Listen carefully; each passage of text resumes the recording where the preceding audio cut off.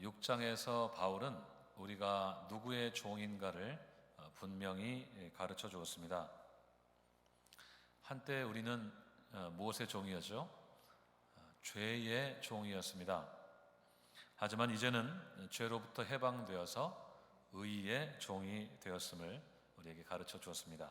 잘 기억하고 계셔 주셔서 감사합니다. 우리가 율법 아래 있을 때는 율법의 정죄로 인해서 죄인의 신분을 벗어날 수가 없었습니다. 우리의 본성적인 죄와 그 본성을 따라서 매일 짓고 사는 이런 죄 때문에 우리는 죄의 종 노릇을 하며 살 수밖에 없었습니다. 하지만 우리가 예수 그리스도를 믿고 영접해서 은혜 아래에 있게 되면서 우리의 운명이 완전히 달라졌습니다. 우리는 더 이상 죄가 시키는 대로 하고 사는 죄의 종이 아니라 의의 종이 되었습니다. 그래서 우리는 의가 시키는 대로 살 수 있는 사람이 되었습니다. 죄의 종의 신분에서 완전히 해방되어서 의의 종이 된 것입니다. 의의 종은 곧 순종의 종이라고 바울은 설명했습니다. 그것은 하나님의 말씀에 순종할 수 있는 사람이 되었다는 것을 의미합니다. 우리가 전에 죄의 종일 때는 의로운 말씀을 순종할 수 있는 능력도 없었고 또 죄를 짓고 살면서도 별 부끄러움이 없이 살았지만 의의 종이 된 뒤로는 죄에 대해서 부끄러워할 줄도 알고 의를 행하면서 살고 싶은 그런 마음의 소원을 가지게 되었습니다. 다시 말해서 말씀에 순종하고 싶은 그런 마음을 가지면서 순종을 추구하는 삶을 살게 되었다, 이런 뜻입니다. 중요한 것은 우리가 하나님의 말씀에 순종할 수 있는 능력을 하나님께 받았다는 것입니다. 하나님은 우리가 순종하려고 하는 마음만 주신 것이 아니라 그 말씀에 순종할 수 있는 힘과 능력도 우리에게 주셨습니다. 죄는 거부하고 의는 순종할 수 있는 내적인 힘을 우리에게 주셨다는 것입니다. 이것은 우리가 그리스도와 함께 완전히 죽고 그분과 함께 다시 살아났기 때문에 가능한 일입니다. 우리는 예수님의 죽으심과 합하여 세례를 받아서 그분과 함께 장사되었고 그분의 부활과 합하여서 다시 태어났습니다. 그러니까 옛사람이 완전히 죽고 새 사람으로 거듭나게 된 것이죠. 그래서 우리는 옛사람일 때 가지지 못했던 힘을 가지게 되었습니다. 죄의 종이었을 때는 죄를 거부할 수 있는 힘이 없었지만 거듭난 사람으로서 의의 종이자 순종의 종이 되었기 때문에 죄를 거부하고 의를 선택할 수 있는 힘을 가지게 된 것입니다. 그래서 바울은 6장 22절에서 우리가 하나님께 종이 되었다고 했습니다. 그것은 곧 우리가 하나님의 말씀에 순종할 수 있는 사람이 되었다는 것을 의미합니다. 주 안에서 거듭남을 경험했기 때문에 우리는 더 이상 죄의 종이 아니고 하나님의 종이 되어서 이제는 하나님의 말씀에 순종할 수 있는 사람이 된 것입니다. 의의 종 혹은 순종의 종은 다 하나님의 종을 설명하는 말들입니다. 바울은 우리가 새로워진 신분에 걸맞게 살아가는 사람들이 되기를 간절히 원했습니다. 그래서 하나님의 종으로서 거룩함에 이르는 열매를 맺어서 영생에 이르기를 간절히 원했던 것입니다. 우리 모두가 하나님의 종으로서 영원한 생명을 이미 얻은 사람답게 날마다 의의 열매, 거룩의 열매를 맺는 삶을 살기를 간절히 소원합니다. 오늘 우리가 읽은 로마서 7장에서 바울은 우리의 새로워진 영적인 신분에 대해서 계속 설명하면서 율법에 대한 이야기를 들려줍니다. 좀 전에 말씀드린 6장에서 뿐만 아니라 바울은 여러 곳에서 율법에 대해서 설명을 한 적이 있죠. 율법은 죄를 죄로 드러내어서 사람을 죄인으로 규정할 뿐만 아니라 하나님의 진노를 이루고 심지어는 범죄를 더한다고까지 했습니다. 율법을 다 준수하면 그것으로 인하여서 누구나 다 구원을 얻을 수 있지만 아무도 그 율법을 지킬 수 있는 사람이 없기 때문에 율법 외에 한 의가 나타났다고 했습니다. 그것이 곧 하나님의 의이고 오직 믿음으로만 얻을 수 있는 의라는 것을 바울은 반복적으로 강조했습니다. 그래서 바울은 우리가 법 아래에 있지 않고 무엇 아래에 있다고 했습니까? 은혜 아래에 있다고 했습니다. 법 아래에 있지 않고 은혜 아래에 있다고 설명을 했습니다. 근데 그것은 그런 바울의 선언은 율법을 목숨처럼 여기던 유대인들의 마음을 불편하게 만들기에 충분했습니다. 심지어는 유대교에서 개종해서 예수를 믿으면서도 여전히 율법으로부터 자유하지 못한 많은 사람들을 위해서 바울은 7장을 이어갑니다. 오늘 7장 1절 말씀을 다시 한번 읽겠습니다. 1절입니다. 시작. 형제들아, 내가 법 아는 자들에게 말하노니 너희는 그 법이 사람이 살 동안만 그를 주관하는 줄 알지 못하느냐. 아멘. 이 편지를 받는 로마의 성도들은 이 법에 대해서 매우 익숙한 사람들이었습니다. 로마가 법이 매우 발달한 나라였기 때문인데요. 많은 로마 시민들은 자신들이 법치 국가인 로마의 시민인 것을 매우 자랑스럽게 여겼다고 합니다. 실제로 로마는 시민들이 평등한 권리를 누리도록 법으로 보장하기 위해서 많은 노력을 기울였다고 합니다. 오늘날까지도 모든 법의 근본이 로마의 법이라고 할 만큼 로마인에게 있어서 이 법은 매우 친숙한 것이었습니다. 바울은 그런 로마 교회 성도들의 배경을 잘 이해했기 때문에 그들이 잘 아는 법과 연결해서 율법을 설명하고 있습니다. 바울의 요지는 이 법의 구속력에 관한 것입니다. 법은 사람이 살 동안만 그를 주관한다는 것입니다. 법은 산 사람에게나 적용되는 것이지 죽은 사람에게는 적용되지 않는다는 뜻입니다. 실제로 그렇지 않습니까? 어떤 종류의 법이 되었든지 법은 살아있어서 힘도 있고 활동력이 있는 사람에게만 적용되는 것이지 죽어서 아무런 힘도 없고 활동도 없는 사람에게 적용되지는 않는 것이 기본적인 상식입니다. 그것을 좀 더 구체적으로 설명하기 위해서 바울은 결혼의 법적 구속력에 대해서 설명을 합니다. 우리 2절을 이어서 읽도록 하겠습니다. 2절 시작. 남편 있는 여인이 만일 그 남편이 죽으면 남편의 법에서 벗어나느니라. 한 남편에게 시집을 간 여인은 살아있는 동안에는 남편에게 법적으로 메인 사람이 되었습니다. 그것은 당시의 시대적인 배경이 큰 영향을 미쳤기 때문인데요. 바울 당시 여성들의 권한은 매우 제한적이었습니다. 여성은 한 번 결혼하면 남편에게 절대적인 복종이 강요되었습니다. 이 시대의 사회적인 정서를 생각하면 매우 불합리하고 차별적인 일로 들립니다. 하지만 실제로 당시에는 그렇게 남성 중심적인 정서가 지배적이었다고 합니다. 그것을 잘 보여주는 기록이 어거스틴의 고백록에 담겨져 있는데요. 한번 잘 들어보십시오. 여자들은 소위 혼인계약서라는 것이 낭독된 다음부터는 자기를 종으로 삼는 문서가 낭독되었다는 소리를 들었다고 생각해야 한다. 그렇기 때문에 여자들은 자기 위치를 생각하여 주인 양반에게 대드는 교만한 말들을 절대로 하지 말아야 한다. 어떻습니까, 여러분? 마음이 불편해지시죠? 이송 목사님 빼고 다 여성분들이라 더 많이 불편하신 것 같습니다. 매우 강렬하고도 거부감이 드는 이야기입니다. 동일한 하나님의 형상으로 지음받은 남자와 여자 사이에 어떤 우열이 존재하는 것처럼 들리는 말들입니다. 그런 상황에서 결혼한 여인이 남편의 생전에 다른 남자에게 눈을 돌리거나 결혼을 하게 된다면 그것은 용서받기 어려운 죄가 되었습니다. 3절에서 바울은 그런 여인을 향해서 음녀라고 했습니다. 실제로 고대 사회에서는 결혼한 여인이 외도를 한 경우에 돌팔매질을 당하거나 심지어는 화형에 처해지기까지도 했다고 합니다. 매우 가혹하고 잔인한 형벌을 받아야 했던 것입니다.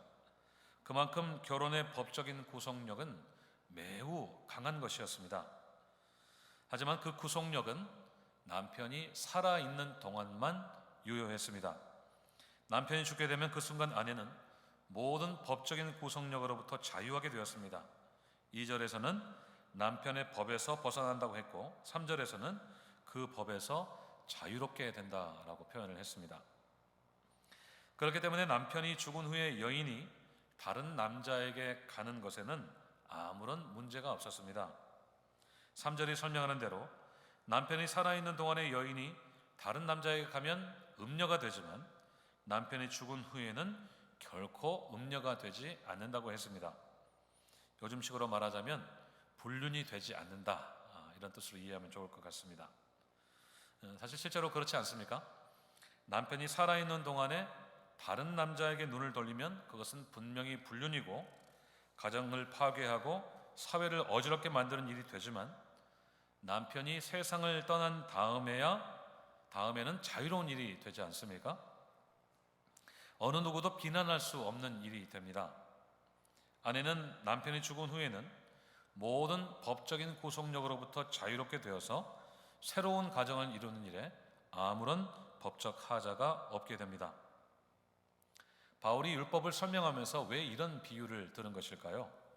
그것은 우리와 율법의 관계가 결혼 관계에서 발생하는 구속력과 상관이 있기 때문입니다. 율법은 우리에게 대한 구속력을 가지고 있었습니다. 마치 결혼 관계에서 남편처럼 율법은 우리를 법적으로 구속하는 힘을 가지고 있었습니다. 우리는 율법과 결혼한 아내처럼 율법의 권한에 절대적인 구속을 받을 수밖에 없었습니다. 그 구속은 지금까지 살펴보신 율법의 부정적인 기능들입니다. 앞에서도 잠시 말씀드렸습니다만 율법은 우리의 죄를 샅샅이 다 드러내서 우리를 죄인으로 낙인 찍습니다. 우리를 하나님의 진노의 대상이 되게 하고 우리가 살면 살수록 더 많은 죄를 쌓도록 만듭니다. 그것을 바울은 5절에서 이렇게 설명합니다. 5절을 함께 읽겠습니다. 5절 시작. 우리가 육신에 있을 때에는 율법으로 말미암는 죄의 정욕이 우리 지체 중에 역사하여 우리로 사망을 위하여 열매를 맺게 하였더니. 아멘. 조금은 과격한 표현입니다만 율법으로 말미암는 죄의 정욕이 우리를 사망으로 몰아갔다는 것입니다. 다음 시간에 계속 살펴보겠습니다만 율법 그 자체가 우리를 죄 짓도록 선동한다는 뜻은 아닙니다. 율법이 우리 안에 있는 죄의 본성을 다 드러내기 때문에 마치 율법이 우리의 죄를 부추기는 것처럼 여겨진다는 표현입니다. 그리고 우리는 육신을 입고 있는 동안 그것을 결코 거부할 수가 없다는 뜻입니다. 그러니까 누구도 죄의 본성을 거부할 수 있는 힘이 없었다고 하는 의미입니다. 그만큼 우리의 죄와 연관된 율법의 구속력은 매우 강력했다는 것입니다. 마치 남편이 아내에게 절대적인 구속력을 행사하는 것처럼 우리는 율법의 절대적인 구속력 아래에 있었습니다. 그래서 우리로 하여금 사망의 열매를 맺게 했던 것입니다. 하지만 반전이 있었습니다. 그것은 율법의 구속력이 완전히 상실되는 사건이었습니다. 우리 4절 말씀을 다 함께 읽도록 하겠습니다. 4절입니다. 시작. 그러므로 내 형제들아 너희도 그리스도의 몸으로 말미암아 율법에 대하여 죽임을 당하였으니 이는 다른 이 곧 죽은 자 가운데서 살아나신 이에게 가서 우리가 하나님을 위하여 열매를 맺게 하려 함이라. 아멘. 바울은 그들이 그리스도의 몸으로 말미암아서 율법에 대하여 죽임을 당했다고 설명하고 있습니다.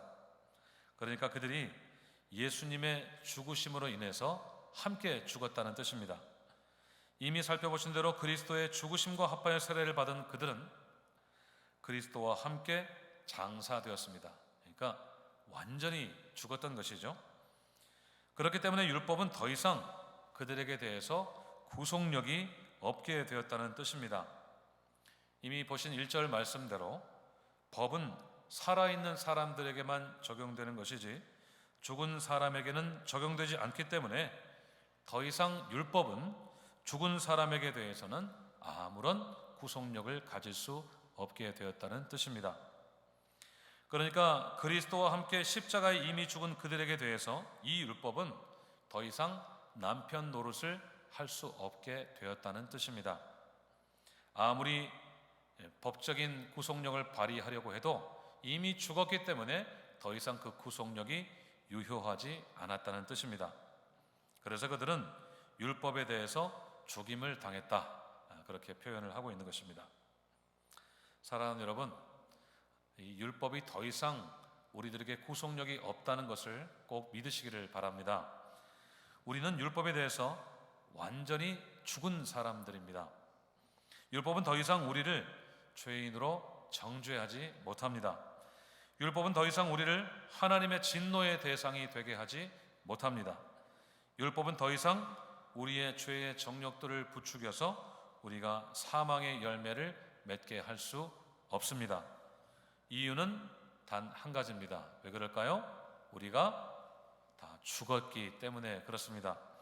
육신에 속한 옛사람이 완전히 죽었기 때문입니다. 우리가 예수님을 믿고 구주로 영접한 순간 우리는 예수님과 함께 십자가에 못 박혀 완전히 죽었기 때문에 율법은 더 이상 우리에게 구속력을 가지지 못합니다. 우리는 율법으로부터 완전히 자유하게 되었습니다. 더 이상 율법은 우리에게 남편 노릇을 하지 못한다는 뜻입니다. 그래서 우리는 새로운 삶을 시작할 수 있게 되었습니다.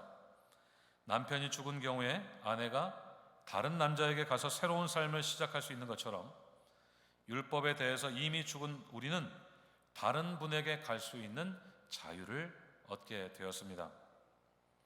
그렇다면 이제 우리는 누구에게로 갈 수가 있을까요? 우리 본문 4절 말씀을 다시 한번 보십시오. 제가 중간 부분 읽어드리겠습니다.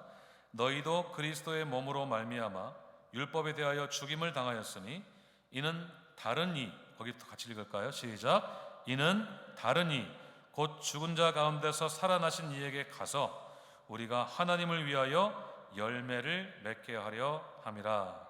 아멘. 자, 율법에 대해서 이미 죽은 우리가 누구에게 갈 수 있다고 했습니까? 다른 이, 곧 죽은 자 가운데서 살아나신 이에게 갈 수가 있습니다. 누구를 가리킬까요? 예수 그리스도.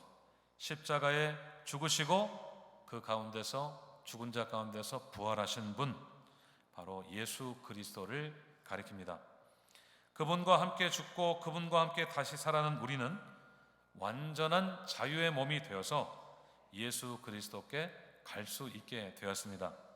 다시 말하자면 예수님의 신부가 될 수 있게 되었습니다. 우리는 더 이상 율법의 신부로서 정죄와 사망의 고통을 당하는 대신에 예수님의 신부로서 그 정죄와 사망의 고통을 완전히 벗어날 수 있게 되었습니다. 그것이 바로 우리가 말하는 구원입니다. 구원은 율법의 구속력에서 벗어나서 예수님의 십자가 은혜 안으로 들어가는 사건입니다. 우리를 위해 죽으시고 부활하신 예수님과 결혼하여서 영원한 생명을 누리는 사건이 바로 구원입니다. 우리가 옛사람일 때 육신에 속해 있어서 율법의 지배 아래에 있을 때에는 결코 불가능했던 일이 우리가 예수님을 믿으면서 그분과 함께 죽고 부활했기 때문에 가능하게 된 것입니다. 그래서 우리는요, 새로운 출발을 할 수 있게 되었습니다.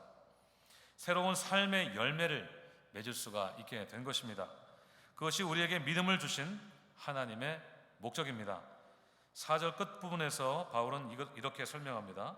우리가 하나님을 위하여 열매를 맺게 하려 함이라. 아멘. 율법은 우리를 사망의 열매를 맺게 했지만 우리를 율법으로부터 자유케 하시고 신부로 삼아주신 예수님은 우리가 하나님을 위하여 열매를 맺게 하시는 분이십니다. 그리스도 안에서 거듭난 사람다운 삶의 열매를 맺게 하신다는 것입니다. 예수님의 신부로서 아름다운 삶의 열매를 맺게 한다는 뜻입니다. 그래서 바울은 결론적으로 6절에서 이렇게 이야기합니다. 6절을 같이 읽겠습니다. 시작. 이제는 우리가 얽매였던 것에 대하여 죽었으므로 율법에서 벗어났으니 이러므로 우리가 영의 새로운 것으로 섬길 것이요 율법 조문의 묵은 것으로 아니할지니라. 아멘. 우리를 얽매고 구속하던 율법에 대해서 우리가 완전히 죽어서 자유하게 되었기 때문에 우리는 더 이상 율법의 낡은 것으로가 아니라 영의 새로운 것으로 섬길 수 있게 되었다는 것입니다. 쉽게 말하자면 더 이상 율법이 지워주는 무겁고 힘겨운 의무감 때문이 아니라 성령께서 우리 마음에 주시는 새로운 생각들로 하나님을 섬길 수 있게 되었다는 것입니다. 성령 하나님이 우리에게 새로운 생각을 주시는 분이신 것은 제가 종종 말씀을 드렸습니다.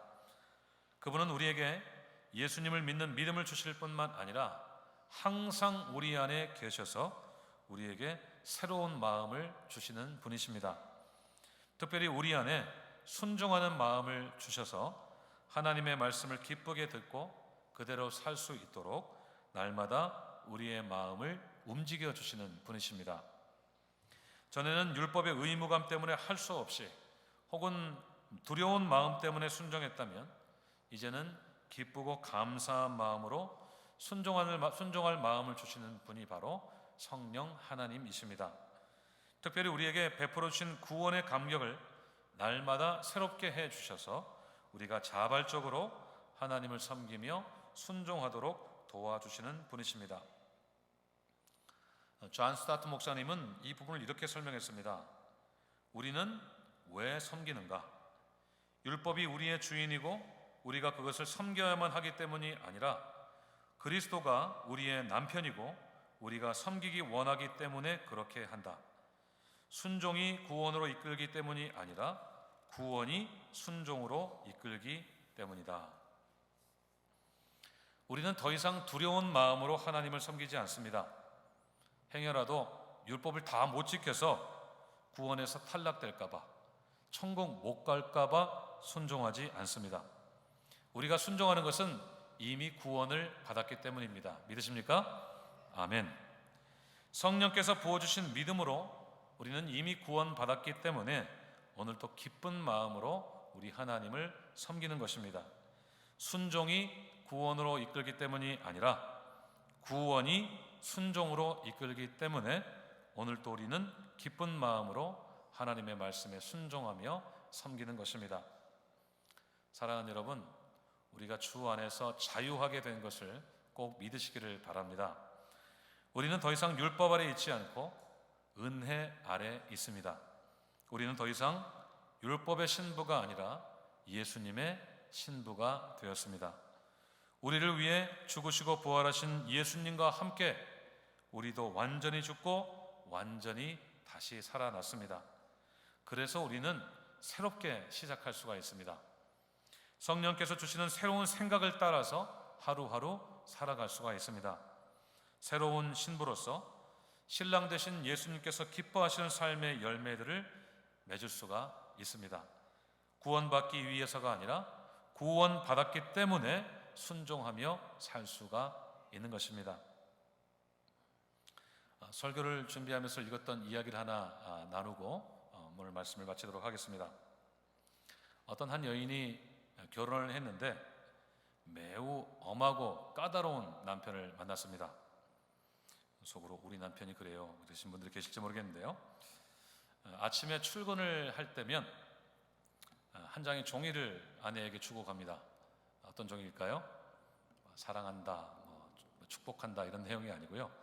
오늘 해야 될 일들을 빼곡하게 A부터 Z까지 이렇게 적어주고 이렇게 출근을 한다고 합니다. 그러면 퇴근하고 뭐 하겠어요? 체크하는 거예요. 오늘 이 적어놓은 거 다 했는가 안 했는가.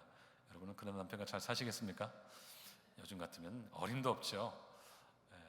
그런데도 아내는 할 수 없이 그 일을 하는 겁니다. 만약에 안 해놓으면 사달이 나기 때문에 어쩔 수 없이 싫지만 불평을 하면서 입이 이만큼 나와서도 할 수 없이 하는 겁니다. 그래서 집안도 좀 깨끗이 치워놓고 망가진 것도 고쳐놓고 여러 가지 일들을 다 할 수밖에 없었습니다. 그렇게 힘든 시간을 보내다가 어느덧 남편이 병에 들어서 죽게 되었습니다. 그러고 나서 이 여인이 재혼을 하게 되었는데 이번에는 너무나도 좋은 남편을 만났습니다. 너무 자상하고 아내를 사랑할 뿐만 아니라 종이 같은 거 주지 않습니다. 뭐 하라고 시키지도 않고 이것도 해놓고 저것도 해놓으라고 하지 않고 아무것도 강요를 하지 않습니다. 오히려 자기가 다 알아서 하는 그런 좋은 남편을 만났어요. 그렇다면 이 여인은 그 후로 어떻게 됐을까요? 예전보다 집안이 좀 더 어질러졌을까요? 아니면 게을러져서 아무것도 안 하고 하루하루를 그렇게 그냥 보냈을까요? 정반대의 일이 일어났습니다. 이 여인은 전에 하고 있던 일들을 그대로 하고 있는 자신을 발견했습니다. 어느 날 그렇게 다락방을 정리하는데 종이 쪽지 하나를 발견했습니다. 그것은 전 남편이 적어놓았던 그날의 업무 리스트였어요. 그런데 그것을 쭉 읽고 있다 보니까 이 여인이 자신이 그 일을 지금 그대로 하고 있더라는 겁니다. 너무나도 자상하고 자신을 사랑하고 아껴주는 남편을 위해서 이전보다 더 열심히 일하고 있는 자신을 발견했다는 겁니다. 전에는 두려워서 할 수 없이 그렇게 했다고 한다면 이제는 기쁘고 즐거운 마음으로 자발적인 마음으로 남편을 섬기게 된 것입니다. 그러니까 새로운 마음으로 똑같은 일을 하는데도 새로운 마음으로 남편을 섬기고 가정을 섬기게 되었다는 것입니다. 이것이 바로 성령께서 우리에게 하시는 일입니다. 우리가 똑같은 신앙생활을 하더라도 성령께서 우리의 마음에 역사하시면 같은 일을 하더라도 기쁘고 즐거운 마음으로 자원하는 마음으로 하고 싶어서 더 못해드려서 죄송한 마음으로 그렇게 우리가 섬기도록 하는 분이 바로 우리의 성령 하나님이시라는 것입니다. 율법의 조문에 묵은 것으로 혹시나 다 안 지키면 하나님께 벌 받을까봐 천국 못 갈까봐 하나님께 야단 맞을까봐 했던 예전의 모습과는 다르게 이제는 이미 우리가 구원을 받았고 하나님의 백성이 되었고 하나님이 우리를 너무나도 사랑하시고 우리를 축복하시기 때문에 이제는 기쁜 마음으로 자원하는 마음으로 더 하고 싶은 마음으로 그렇게 섬기게 되었다는 것입니다.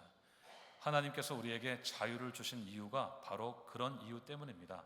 우리 안에 성령을 내주하게 하신 이유가 바로 그런 이유 때문입니다. 이제는 기쁜 마음으로 영의 새로운 것으로 섬기도록 하시기 위해서 우리를 구원하여 주시고 우리에게 성령을 부어주셔서 오늘 또 그 성령 충만으로 하루하루를 살아가게 하시는 것입니다. 날마다 우리의 삶이 성령께서 우리에게 주신 새로운 생각들로 인하여서 하나님을 기쁘게 섬기는 우리 모두가 될 수 있기를 주님의 이름으로 축원드립니다. 그래서 사망의 열매가 아니라 생명의 열매, 영생의 열매를 맺어드리는 복된 삶이 되시기를 주님의 이름으로 축원드립니다. 기도하겠습니다.